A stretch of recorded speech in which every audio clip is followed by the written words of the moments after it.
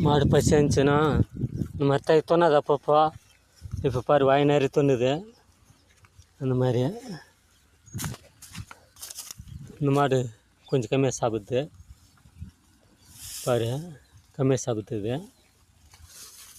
இந்த மாடு ஃபுல்லாக ஆயிடுத்துக்குன்னு இவ்வளோ நல்லா சாப்பிடுது பாரு.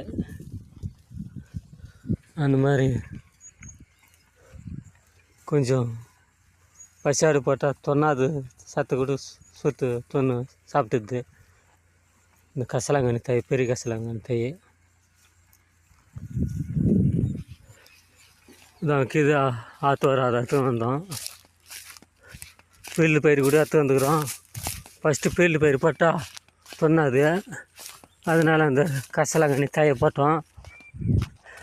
அந்த மாதிரி இதோ ஃபீல்டு பயிருக்கு இது பாருங்கள். ஃபீல்டு பயிர் போட்டால் அந்த தை தொண்ணாது ஃபஸ்ட்டு, அதனால தான் அந்த தை